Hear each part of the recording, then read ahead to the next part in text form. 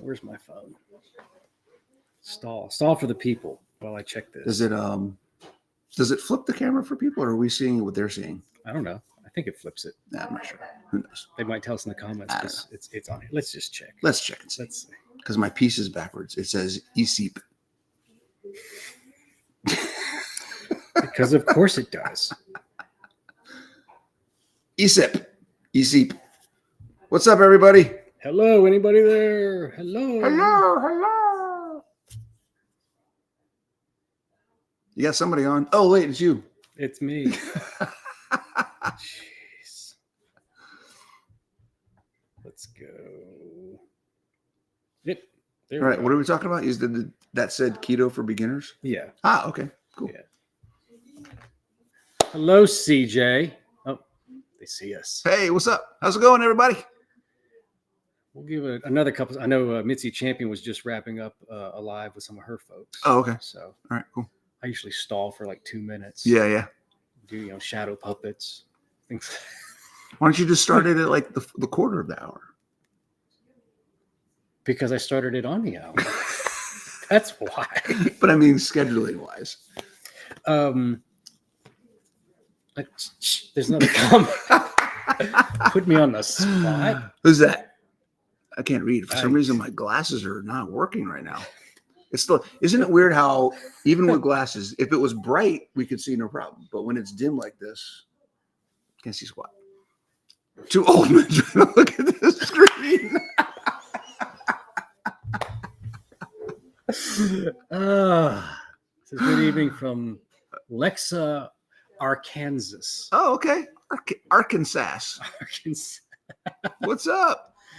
Anyway, so tonight is what we do Sunday nights. Okay. We just open this up for folks within Dr. Barry's community, within just YouTube in general. Mm-hmm. I put it on Facebook. It's for people that are looking at keto. Maybe they're just starting at a ketogenic diet. They're wanting to know what is it, or maybe I've seen tabloid keto and I've tried that and it didn't work. Maybe I'm doing something wrong. How can I get started with a ketogenic diet properly? What are some things to do? Maybe I've got questions. Okay. Typically I'll kind of go over what are some of the basic things to do. Take out the seed oils, take out the grains, take out the added sugars, things like that. Mm-hmm. But then people want to know, well, what about this? I read about this. And so there's some separating fact from fiction. Sure. Okay.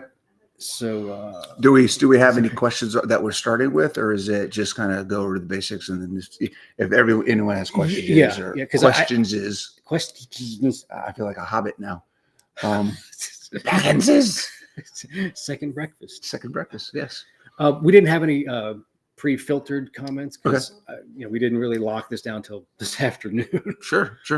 But so I'll just ask you, and people, if you have questions, type them in there. We're going to be following that for the next 25 30 minutes. But what would you, so let's say I've heard about this keto thing, and my numbers, I was 180 something pounds. Mm-hmm. I had high blood pressure, and I heard about this keto thing. I've tried everything else. I've done crazy cardio. I've starved myself, but I heard this keto thing. There's something to it, and mm-hmm. it's long term. Mm-hmm. But I want to do it right. Mm-hmm. What should I do? What are some of the first 4 or 5 steps I should take? Yeah.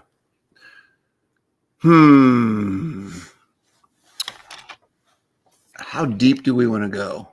Because a lot of it has to do with understanding what it is you're actually trying to do with it. Why do you want to do it? And being very clear in what that is. Because most people want to do it because they want to lose weight. A lot of people may have a specific medical thing. I'm trying to reduce, I need to reduce my hypertension. I'm trying to reduce my A1C, things like that. Okay, those are awesome things. And typically there's going to be the upstream, downstream. And there's a whole bunch of different things that play into that. And, if we look at that big picture, that the reason people start versus the reason why people keep doing it are often not the same thing. So when we talk about how do you get started, what is that first initial goal? We need to understand that I think the first thing to understand outside of what is the goal, the next thing is to understand is that that goal is only that goal for now. Right. There will be another goal, because here's the deal. If you're only focused on that one goal, then often you're going to shortcut things, particularly if that goal has to do with weight loss. And it is possible to lose weight a million different ways Sure. that aren't actually improving your health. So if we want to keep that underlying current of, I really want to do whatever I can to reach this goal while increasing or improving my health at the same time. So that needs to be an undercurrent thought process there. As far as things to do, you said most of them already, right? It's the ketogenic diet is a diet of removing the things that are preventing your metabolism from doing what it wants to do to keep you healthy. So there's a difference between, and I'm using these words lightly, what it wants to do and what it has to do to keep you healthy. Right. Okay. What it wants to do to keep you healthy is function as cleanly, as efficiently as possible. What we do in the standard American diet and processed foods and seed oils and all these other different things is we're making it do things to keep us alive. Right? That's not the same as being healthy. Right. So we're removing the things that add extra work for our bodies to function. So removing processed food, removing excess carbs, and notice I said excess carbs, not all carbs. There's a specific reason for that. Yeah, absolutely. Removing a lot of fiber, plant-based fiber, because there is meat-based fiber, and people know that. Removing unhealthy oils, and just in general focusing on getting the food in our body that's providing nutrition that our body can access and keep us from eating more than we need to, because we're eating whole food, natural food, not food that's been designed to make us overeat. So bioavailability, right? Bioavailability, and just nutrient dense, yes, and satiety. And satiety. Those are the three things. It's got to be nutrient dense, bioavailable, and satiating. If you can say yes from wherever you are, this is another thing. If you're just getting started, you don't have to meet someone else's expectation of what you should or shouldn't be doing. So you get the best way to start keto here, this book over here, this guide over here, this infographic over here, and they all say, do this. You need this much protein, you need this much fat, percentage wise or gram wise or whatever. Pick one and go with it. If you're going to pick one, start somewhere. If you're going to pick one, as long as you're doing whole food, animal-based, low processed foods, keep the seed oils and the industrial oils away. If you pick any one of those guidelines and you do those general things, it's a starting point. You can then adjust from there based on how your body responds. Because then if you're consistent, you could say, right, well, I've done this model, this template for 3 weeks, 4 weeks, and these are the results. 6, 8, 12 weeks. As a marker. Yeah. Say, okay, I'm tracking here.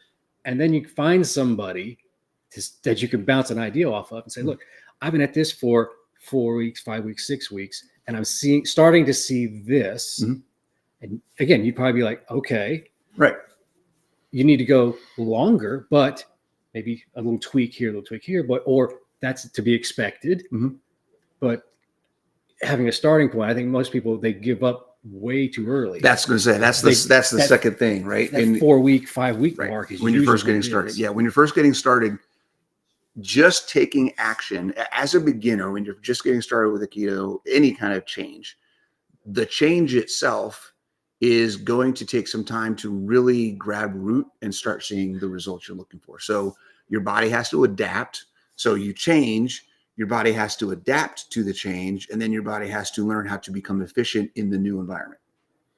So it's not just I'm adapted and then good. No. It's I'm adapted.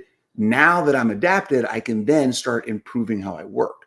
So adaptation doesn't equal improvement. It's post-adaptation where improvement starts. Yeah, you're behind the 8 ball to begin with. You got to come up to 0, and then you can start doing things, right? Move. So and so the speed with which you give up or get frustrated and try something new is one of the biggest mistakes that a lot of people make, particularly when they're getting started, thinking that I'm going to do this so-and-so that I knew down the street or I saw online, they went keto and they lost 20 pounds in the first 3 weeks. I've only lost 5 pounds. I'm a failure. It didn't work for me. It didn't work for me. Keto didn't work.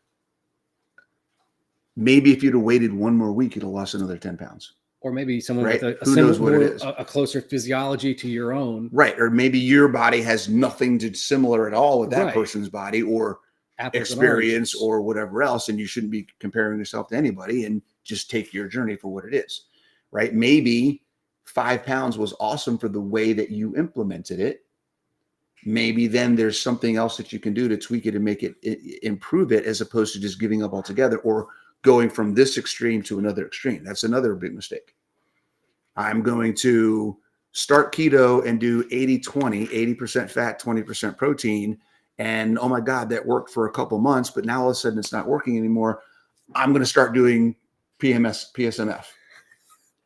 Overnight, I'm going to go from one extreme to the other without any evaluation of what if I make a small change here? What if I just increase my protein a little bit, drop my fat? Or what if I just focus on getting more sleep and don't change anything about my nutrition? Okay. Mistake number 4. Sleep's important to all. Well, mistake number 4, thinking it's all about your food. Mm-hmm. It's not all about your food. So we're talking about, you asked me about what should people do. We're talking about things not to do, right? We're taking the backside of it. So starting keto is one thing in a long litany of things that you can do to improve your health, quality of life, physical freedom, weight loss, any medical condition, whatever.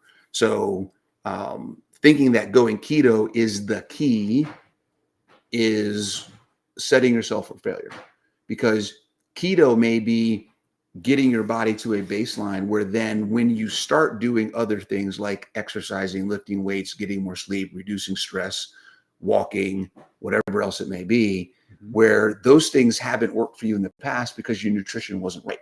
But now because your nutrition is right, maybe it's not the nutrition that you need, but it's what your body's able to do because your nutrition isn't holding you back. You turn down the noise. Turn down the noise. Take out all the crap that's making your body go, ah. And now when you exercise, you can see the gains. You can see the fat loss. You can see the muscle gains. You can see the improvement in your balance and coordination and endurance and strength and those things. You can start sleeping better. You have more energy throughout the day. All of that. It all has to compound with each other. You can't just do one thing. There's 50 different things that you could probably implement. And you pick one, you get really good at it. And then when you've got that locked in, some of the stuff will start improving on their own. But then when you add one more thing, it's like a whole nother level. And then you can pick and choose where's the next easiest thing. This is the key. What is the easiest thing I can do that's going to give me the biggest bang for my buck? Biggest return, yeah. Biggest return. We call it minimum effective dose. It's the smallest change I can make, because if you make big changes, this is why extremes don't work. If you make big changes, they don't last.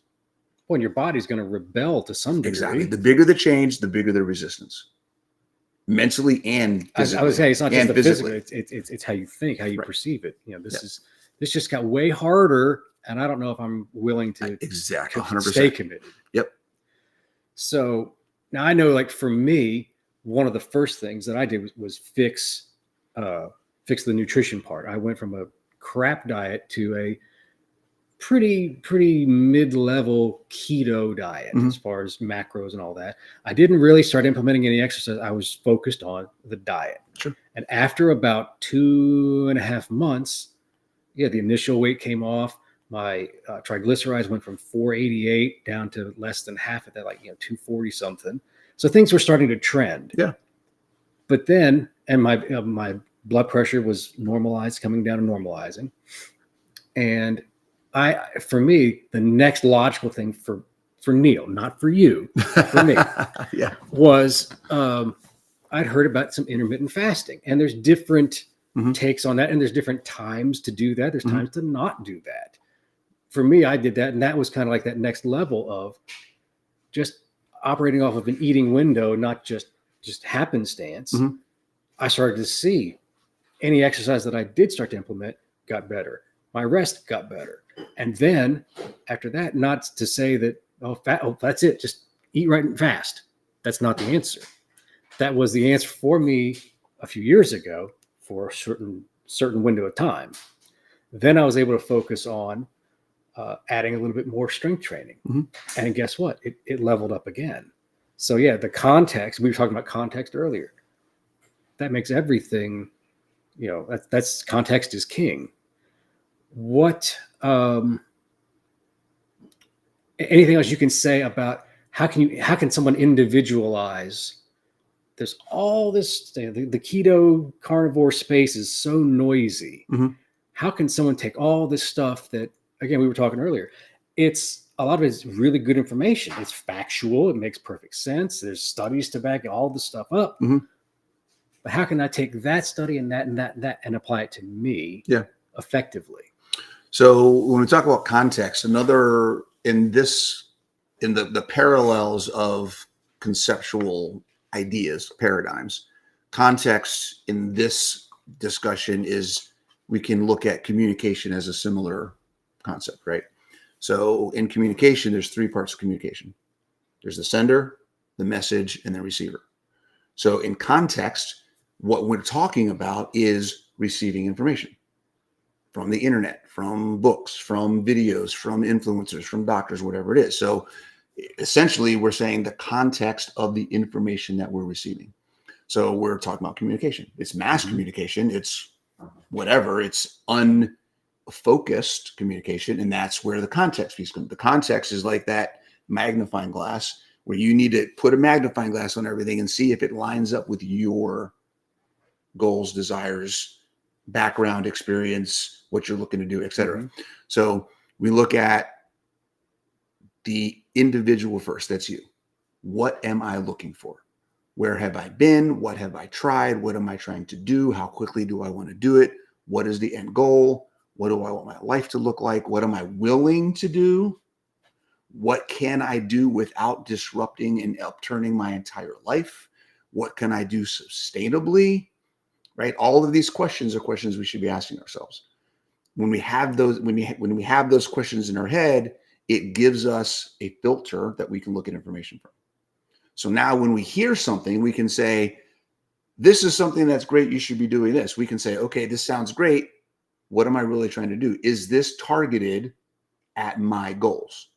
If it's not targeted at my goals, great information. I'll put it in my back pocket. Maybe I can use it down the road when my goals change, but I don't need it right now.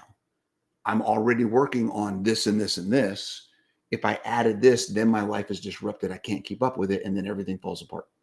We have to be able to say no to some things if you're already focused on other things. You don't have to do everything.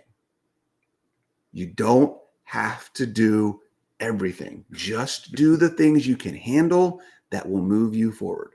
Right? Well, and this is all, on the assumption that you've already established a goal.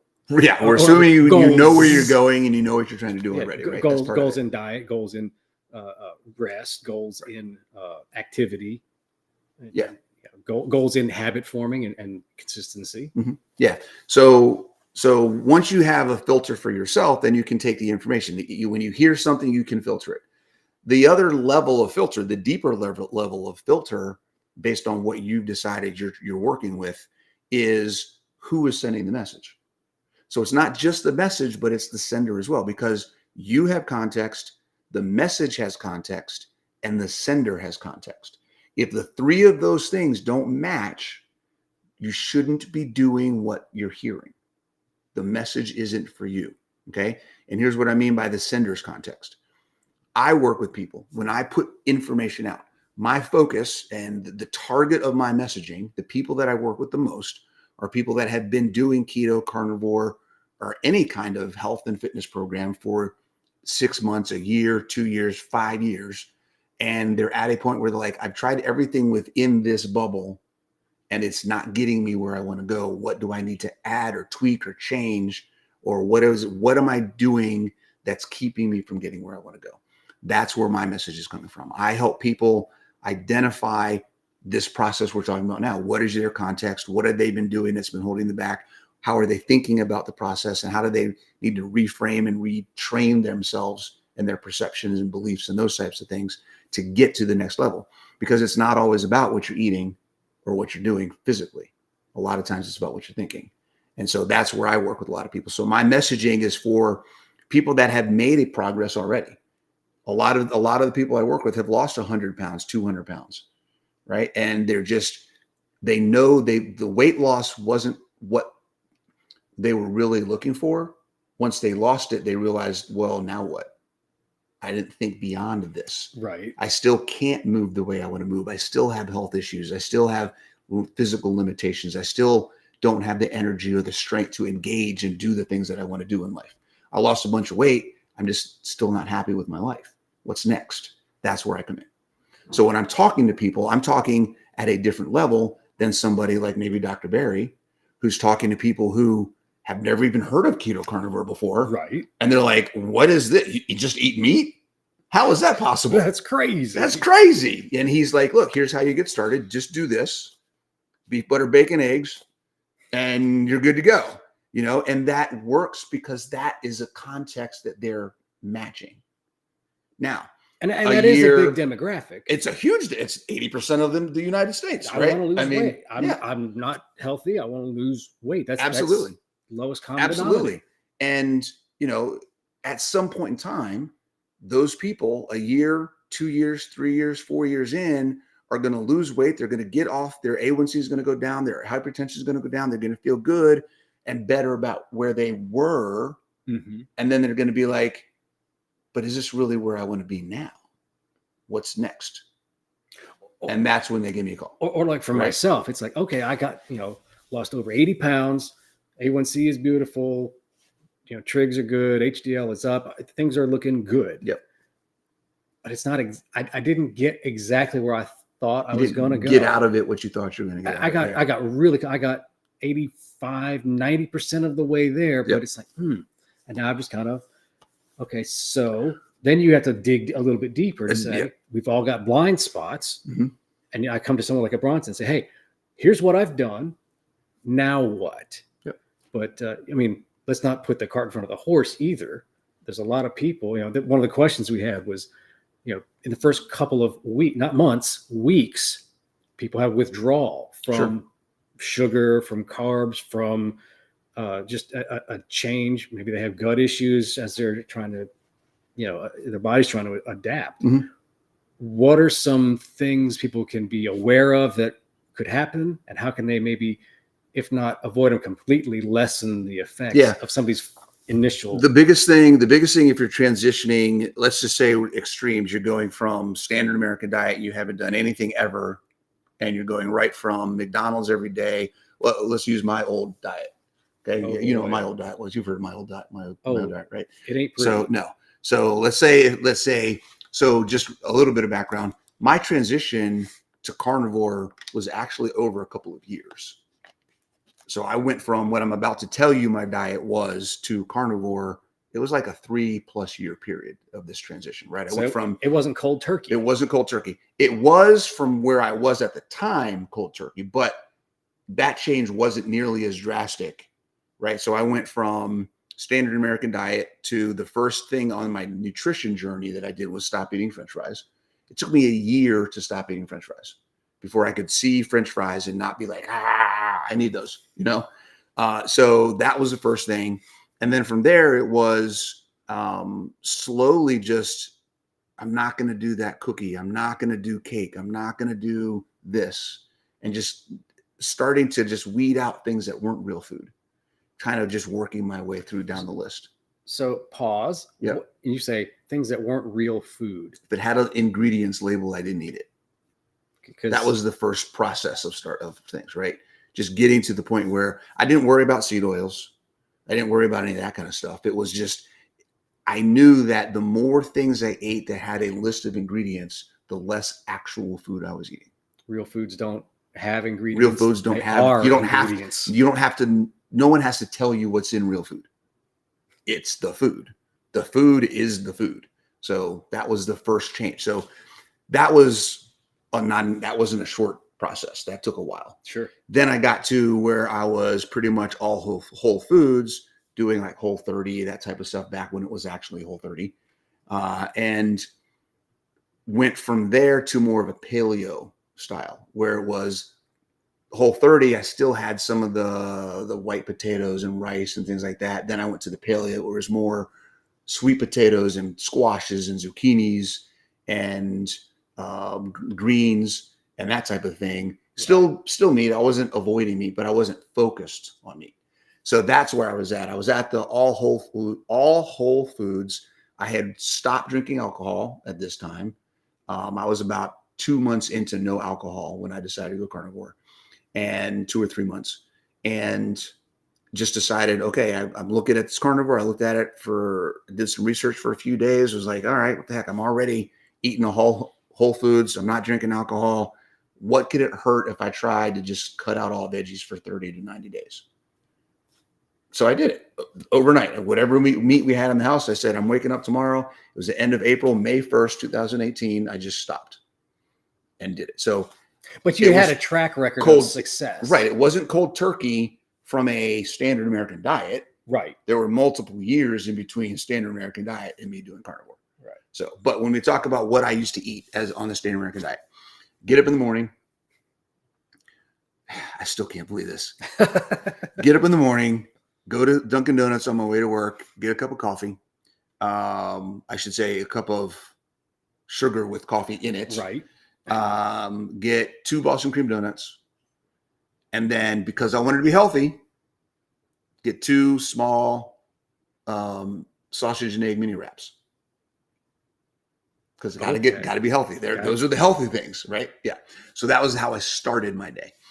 Get to work for a little bit, go to lunch. There was a Red Robin right down the street from lunch.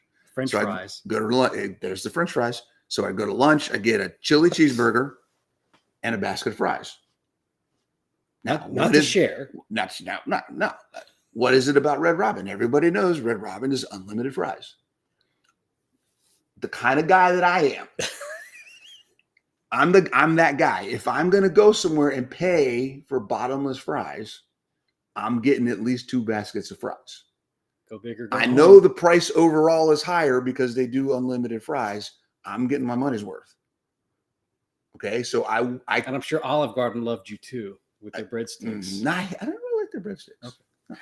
But I went to Red Robin at least 3 days a week.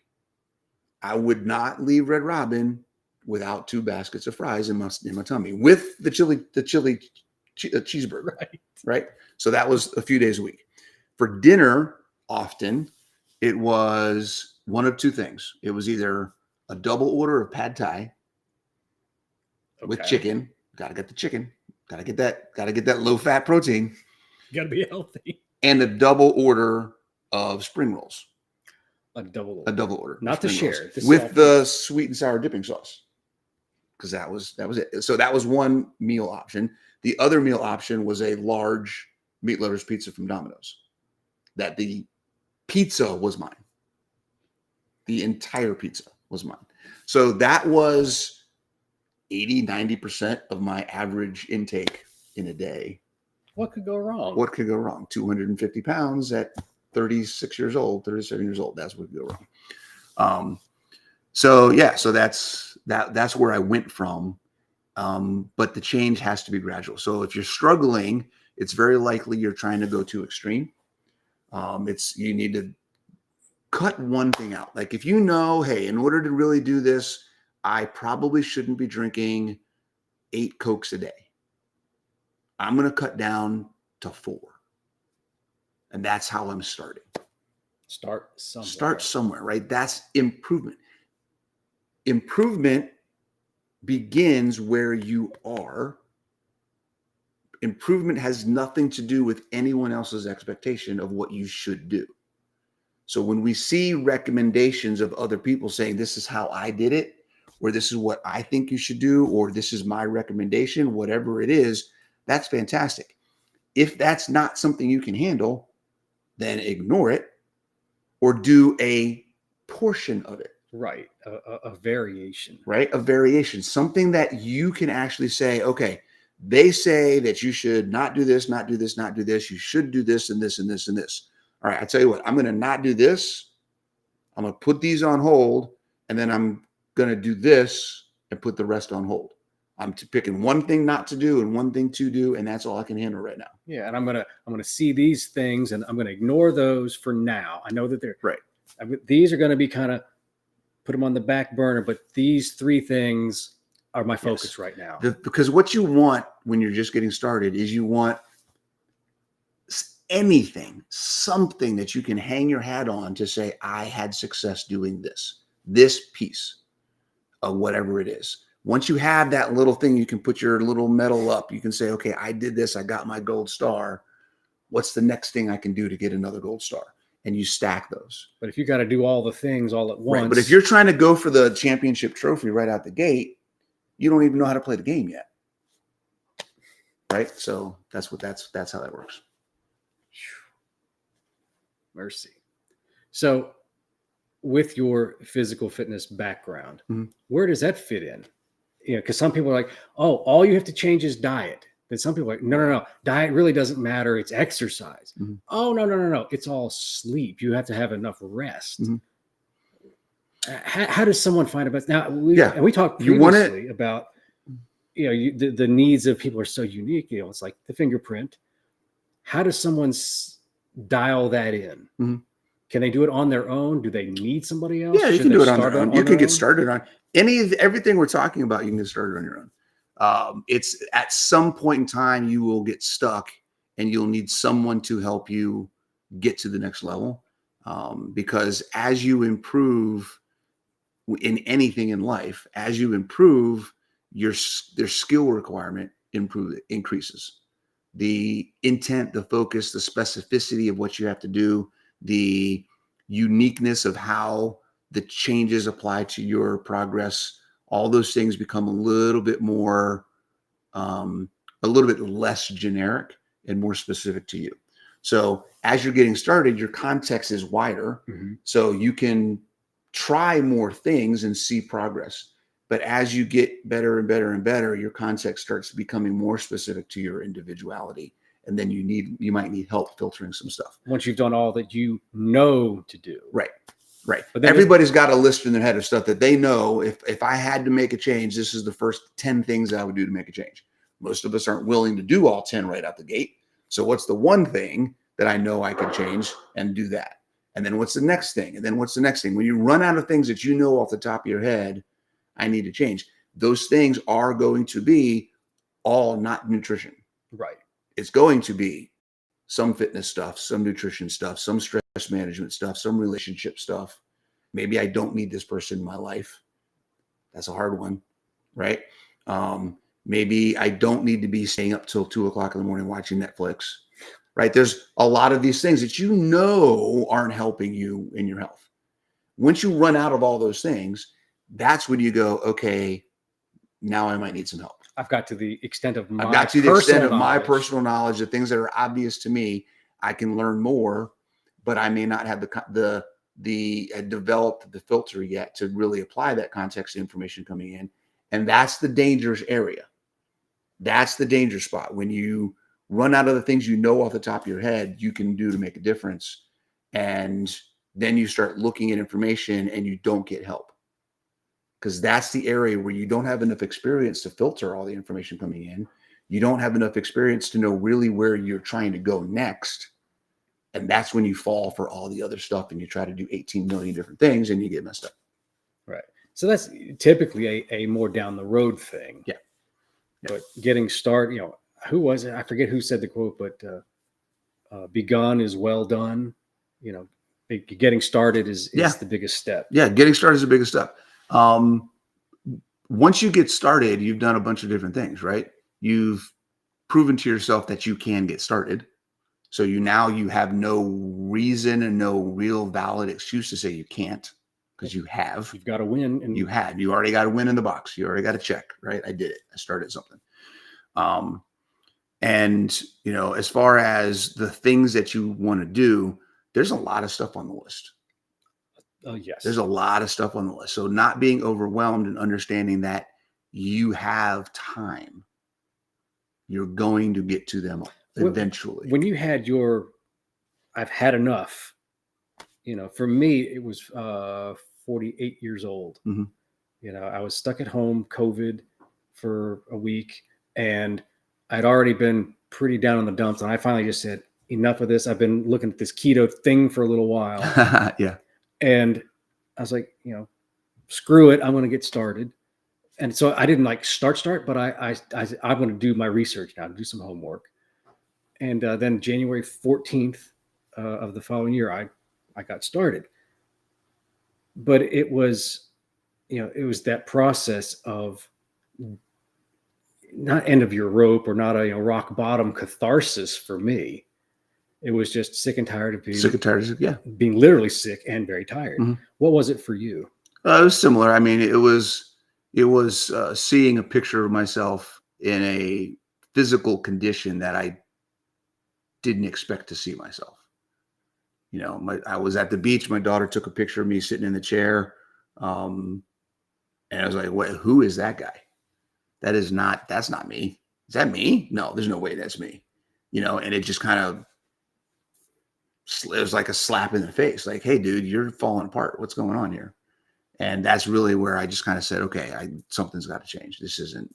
I can't live with this." And then I lost a bunch of weight, got in super shape, focused on fitness first. And it wasn't until I added in the nutrition after the fitness, because I lost a ton of weight, got in super shape with just fitness. And then I started gaining the weight back. Uh-oh. Still is like, wait a second, I saw, 5-6 years later, I saw another picture of myself at a pool party. I'm like, that's the same guy from 6 years ago. But I own a CrossFit gym. I'm a CrossFit coach. I can work out with the best of them. This is what is going on. I'm still this doesn't make any sense. And I still had issues with IBS. I still had things in my life where my quality of life was being negatively impacted, even though I was in the best shape I'd ever been in. And then that started going. I started losing my conditioning. I started losing my strength. I started getting hurt all the time. So now, not only am I gaining the weight again, but now, even though I've been working out for a few years and I reached this pinnacle of fitness, the fitness started going away. And it wasn't until I went carnivore, which doesn't mean you have to go carnivore to do this. That's a big my context, not yours. Okay. It wasn't until I went carnivore that it all came back to me. The fitness came back. The weight came off. The aches and pains and the injuries went away. Like the IBS went away. The urgent bowels went away. It was, if I hadn't have done the fitness, then I don't know if I had just done I do know if I had just done if I had done carnivore first before I found CrossFit, I probably never would have found CrossFit. I wouldn't be here right now, because 90% of the passion that I have for health and fitness came from my experience in CrossFit and what I learned as a methodology in that system. So you need them both. Fitness and nutrition is how your body functions, right? So we talk about metabolism all the time. You're going to get me on a soapbox with this one. We're talking about metabolism all the time. And we think, because we've been educated and we've been told, that you have a fast or a slow metabolism. That is not how it works. Okay. Your metabolism is either efficient or not efficient. It is either working well or you are doing things to make it work poorly. And here's the thing: when we talk about fuel intake, we talk about calories in, calories out, fuel segmentation, whatever you want to call it. Okay. The more efficient your body is, i.e., the better your metabolism is, the less fuel it burns. So it can't be about intake and output if it's about function. It's not a simple equation. It's not an in and out. It is not. Right? So we're talking about metabolism, the actual definition being all of the systems, chemical reactions, and functions of the human body that keep us alive. It's about what your body is doing, your digestive system, your body's ability to receive, digest, and distribute nutrients. is part of your metabolism. There's nothing about fuel in there. Sure, it takes fuel for those things to work, but you could have all the fuel in the world and those things would be broken. Could be broken. Right. If you don't have enough fuel, if you're in a deficit all the time, guess what's definitely broken? Because what is a deficit? A deficit is forced malnutrition. Right. It's what it is. So I'm just going to leave all that there because we could talk for another 2 hours on the whole calories thing because that drives me crazy. Well, to wrap up, and if you got another question real quick, drop it in there. But Jean asked, I went extreme.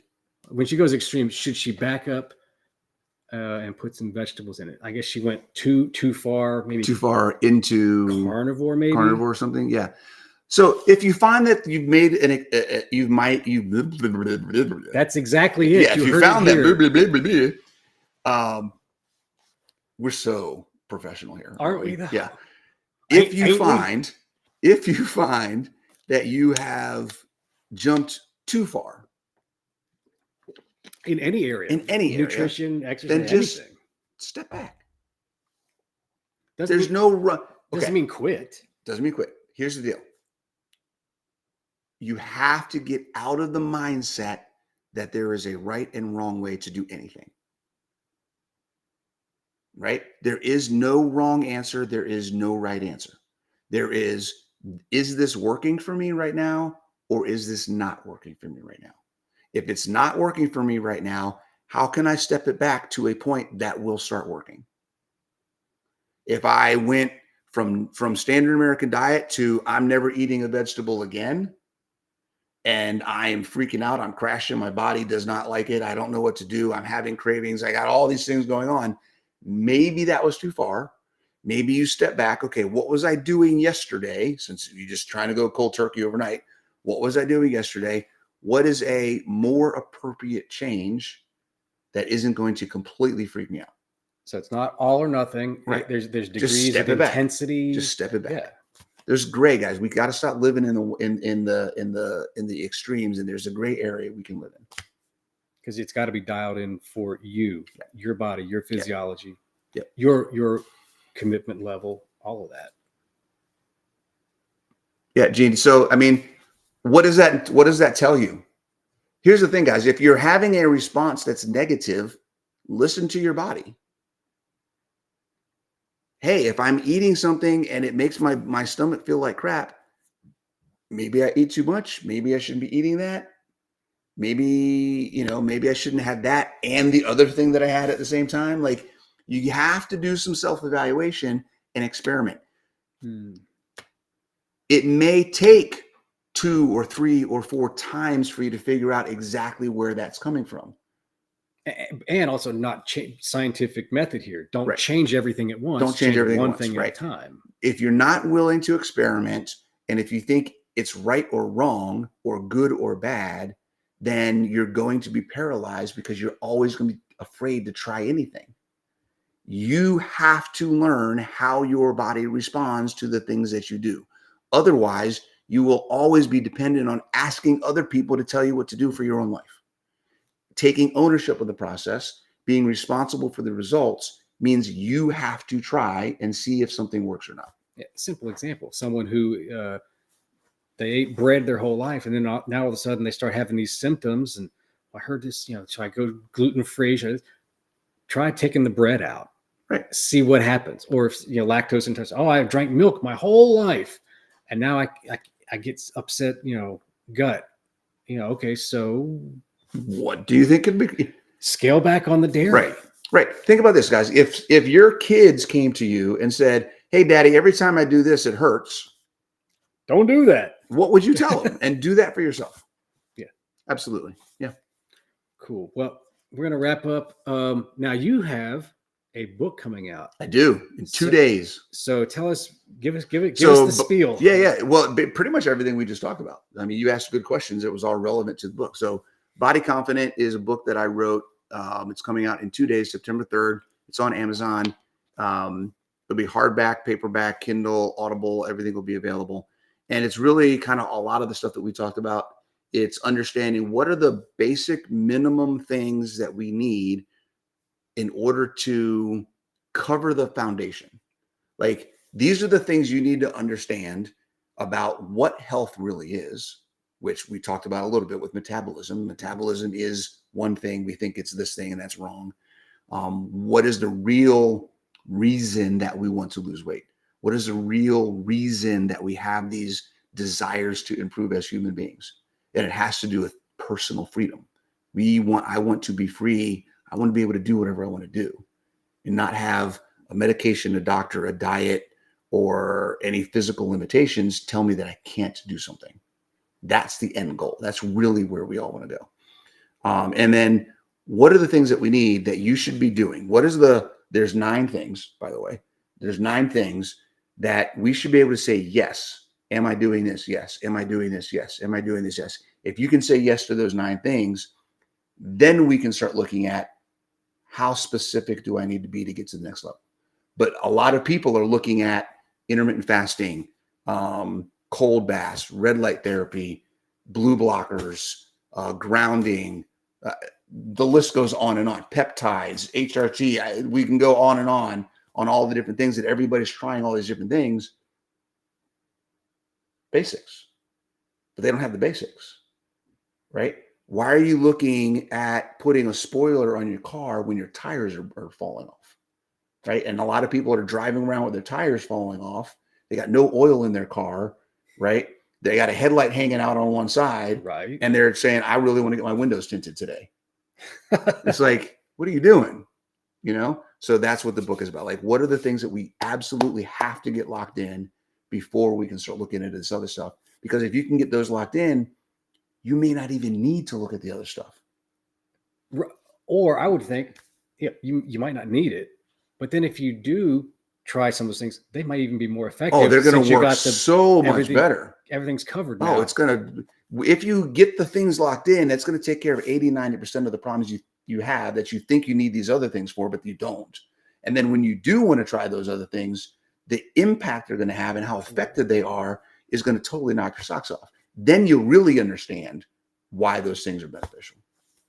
Yeah. In the proper context. Right. And in place in your journey. Yes. Yeah. So, Bronson Dan, awesome. Thank you for coming.